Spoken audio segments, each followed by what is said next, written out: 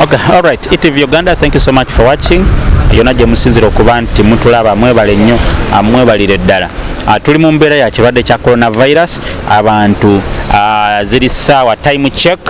This is ziwera buwezi ssaawa 11. Abantu badda waka, abantu batandise dda okutambula, ab'ebigere, ab'obugaali, buli muntu ali mu mbeera ya kudda waka. As you can see, abantu bangi ku side eno abavaayo, abali mu kudda ewaka. Tetumanyi wajje bava kukola ki, ab'obugaali, ab'ebigere, nenga tewali wa mmotoka atambula. So this is the current situation. Tugenda kubanga twogerako n'abantu batubulire experience yaabwe eri etya. Tuli wano ekatwe wandiise nga ku muganzirwaza ngadda wali ekatwe.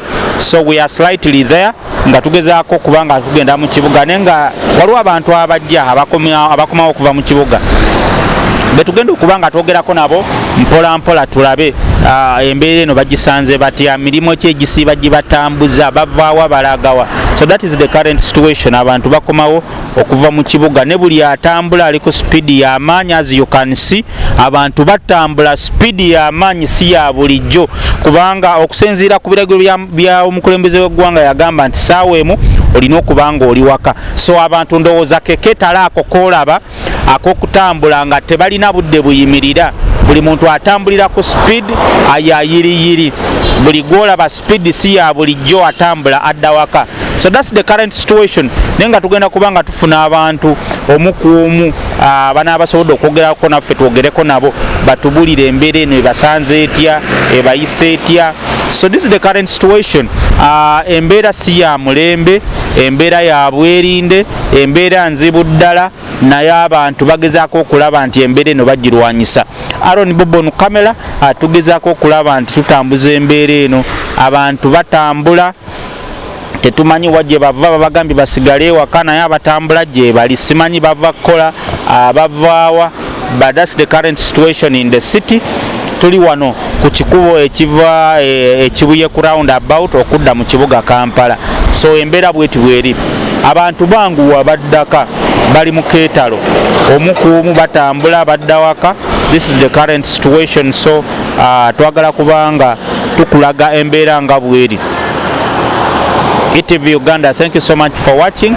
Mwebale nnyo kwekumira ku mukutu. Embeera bwetyo bweri mu kibuga, embeera bwetyo bweri. Abo nabo laba batambula beeyuna kuddaka, batambula baddaka. Embeera nga bw'ogiraba, batambula baddaka mpola mpola. Buli muntu atambula adda waka, obudde bubakutte. So that's the current situation. Abantu batambula badda waka, tetumanyi wajje bava nenga tugenda kubanga twogerezenyako n'abamu mpola mpola nenga buli atambula.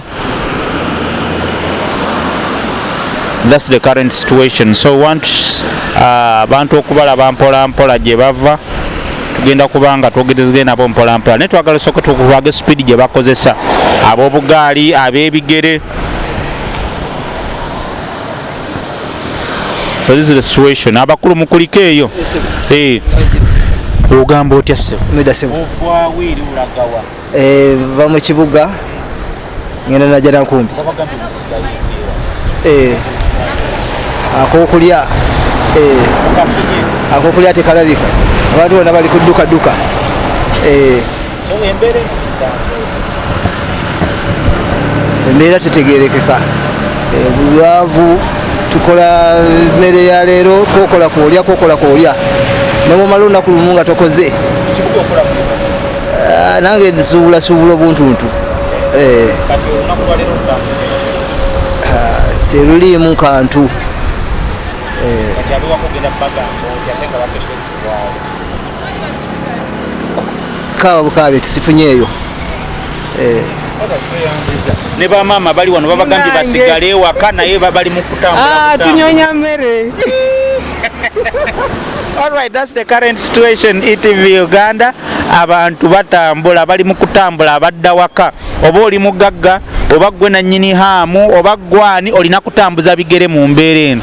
Tewali kino gwe kyataliza, abantu batambuza bigere. As you can see, abantu bali mu kutambula abadda waka. So twagala kulaga mbeera bweri. abantu batambuza ebigere motoka zokka ezo zokka ez'ebitongole ebyalagiddwa ezirina okuba nti zitambula mu mbeera eno. So that's the situation. Naye nga tukyalaba wano abantu embeera nga bwetambula, things are very very very hard. Naye nga abantu bo bakomawo ku speed ya yiriyiri, bakomawo okuva yonna gye bava, bakomawo ewaka kutambuza bigere. Oba oli mugagga oba oli mwavu olina okutambuza ebigere. President yatongoza okutambuza ebigere, abantu bali mu kutambuza bigere, tebalina buzibu.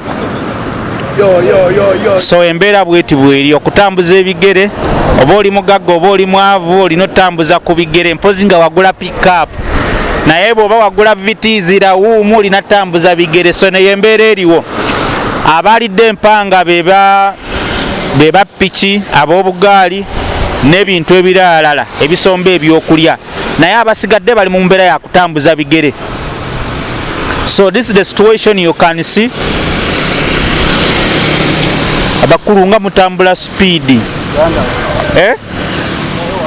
Mundayo waka. Okay. So this is the kind of situation, abantu batambula mpola badda waka. Nenga buli omugula bali ku speed y'amaanyi, tetumanyi lwaki badduka. Omukulu taata ovaawo olaga watukubuuzeeko, munyiivu muzibu, ndowooza atambudde nnyo omukulu. Embeera bwetyo bweri mu kibuga Kampala. So twagala kulaga abantu mbeera nga bwetambula. We just want to show you a clear picture. Abantu mulabe, abantu batambula okudde eno n'eri, abantu batambula. So we just want to show you a picture. Basista muvaawa mulagawa. Okay, embeera bwetyo bweri. So many people are traveling, badda waka mpola buli omu atambula ku speed, adda waka mpola. Abantu batambula mpola badda waka. Abantu tebakunyega, tebalina budde. Abakulu mugamba mutya? Mugereko eri eggwanga. Obudde bugenda bakwata obw'essaawa emu. Ogamba otya taata? Ndi bulungi ssebo. Kozi gwe. Katwogereko naawe. Bw'olina n'akagaali walirese ab'ebigere ne bagenda. Obulamu ovaawo olagawa? Nina obakola ki oba werekerako tunyumirwe olugendo. Embeera ogisanga? Embeera si ya mulembe nnyo. Akagaali wakalina oba wakagulamu eno embeera? Naaguze emigga ago. Ana. Nkakuweemu ssente. Nomba kinana sikakuwa. Nomba kinana sikakuwa. Lwaki? Bugambye. Leka nayina obudde ssebo. Okay. So kati olagawa? Ngenda ndejje. Ndejje zanda lugumu. Kibutika. Ndejje kibutika. Kale tuka bulungi. Kale ssebo. That's the situation. Alina akagaali ssebo agambye akagulana ne bwoba muwa kinana takakuwa. So that's the current situation in the city. Abantu batambula beeyuna kudda waka. Motoka zokka zoolaba za gavumenti. Emotoka eziriko stickers. So you can see that it's really a very big battle. Omwavu wakufa, naye ng'omwavu yafudde lumu n'omugagga. Ab'obugaali bo batambula balina eddembe bavuga, as you can see. Era kati ow'obugaali abanga alina Range Rover ow'akagaali. Ow'akagaali abanga alina Range Rover. Be bagagga b'oku kibuga kati ab'obugaali. Omukulu ogamba otya? Mudduka mulagawa. Okay. All right, people in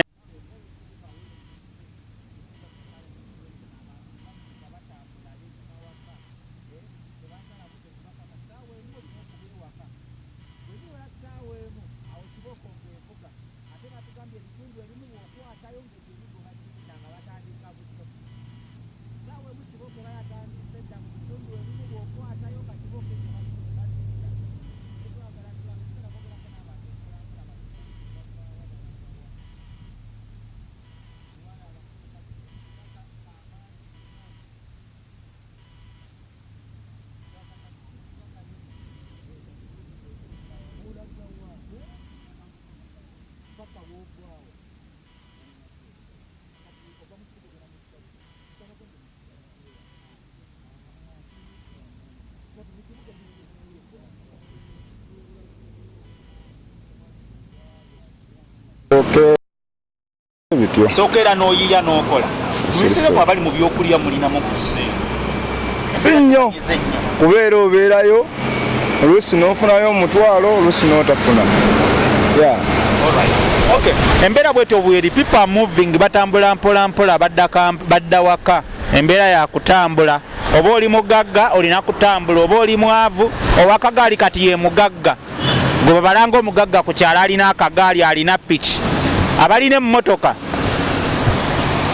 banaatera ozitunda bazifunemu ekkiro z'obuwunga kubanga tezikyabagasiza ddala. Omukulu ye ataddeyo agenze muli musanga madda ye ataddeyo.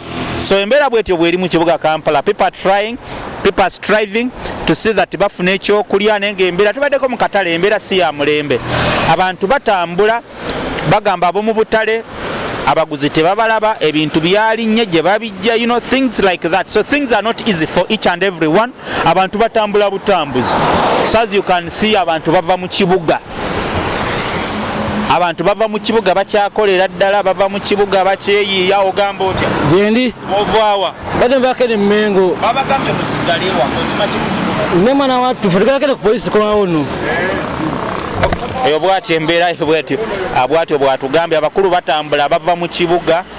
Mukulikeyo bataata taata akagendo kakoze katya. Embeera bwetyo bweri, oba oli mugagga oba oli mwavu oba oli muto oba oli mukulu, mbeera yakutambuza bigere wano. Owakagaali eyalidde empanga. So that's the current situation. Abantu batambula, abasajja baweekera nti wali kyakkola, olina kutambuza bigere bw'obanga okyalina ky'osobola okukola mu kibuga. So abalirake be batunda ebyokulya nti bakeera mu butale owinowa ne bagenda ne bafuna ekyokulya, naye abakola bizinensi endala zo zaggalawo dda. Naye ng'abantu mpolampola bagezaako okuva mu kibuga bakomawo, naye nga kasupidi si ka bulijjo. Buli atambulira ku budde, abeera endejje, abeera namasuba. So buli omu atambula speedi gy'ataddeko yakuddira ddala waka. Since the current situation twagala kukulaga kiri mu ggwanga, abantu embeera nga bweri. Twagala kukulaga bagamba kibavaawo, embeera bagiwulidde batya.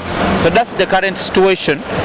Abantu bavaayo mpa omukulu taata kulikayo embeera eryete tubikoye ebyotambula mu Kisenyi kolera mu Kisenyi eyo katoddawa najja nankombi ewange si wala nnyo wendaga tukasawanga ndakiika 3 naye ng'embeera mu kibuga okulamu mu Kisenyi ndi bijanjalo produce beeyi eyo si mutunda mmeka mu Kisenyi? Akawunga akakube eyo nakebiri ebisatu 2 4 bijanjalo waliyo ebye13 waliyo ebyennya 5. Tweyanziza taata katukulekewo yuno olugendo.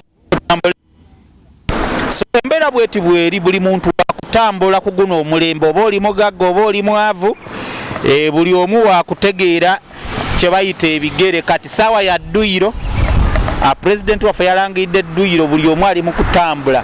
So embeera bweti bweri, ne Haji ali mu kutambula mpola dda waka. Mbeera ya kutambula, tewakyali kyagamba nti oba ki. Oba olina emmotoka 10 wazirese waka, kati obudde bwa kutambula. So tewali nnyo mbeera, buli omu munyize bubwe, buli omu ali mu kutambula, tewali mbeera kyakkola. N'ab'obugaali ne tuyinza okugamba bali bulungi, naye entuuyo ezibaliko bazeesaza bibatu. So tewali kintu kyangu nnyo yinza okugamba kale singa nina akagaali, naye no n'ab'obugaali ebibatu embeera si ya mulembe, naye nga at least wakirikiriko ng'omubi omweru. So embeera bwetyo bwetambula, abamu badduka buddusi. So embeera y'okuva mu kibuga si nnyangu, buli omu emutwala bubwe. We are in Katwe, tukulaga embeera y'emmere mweri, emmotoka z'emmere zo zitambula, eyo y'amatooke egenda. So abantu batambula mpola. That's the current situation. We don't know what to do next. Nenga tusabe obusabi Mukama ekirwadde kino. Tweyongera okujjukiza muganda wange nti naaba mu ngalo. When you wash your hands, do social distancing, toliraana abantu, tohaginga, tokisinga. Bino ebintu bijja kuyambako okutangira obulwadde buno. Awaliwo abakulu bano bava mu kibuga Kampala, bataata mukulikeeyo bassebo. Ekibuga ekigamba tekina bye kigamba. Abakulu bava mu kibuga wano nga bw'obalaba, abantu bava mu kibuga. Muzeeyi kulikayo mwana nkakola Muzeeyi talina nnyo bingi byakwogera, agambye ali mu kutambuza bulamu.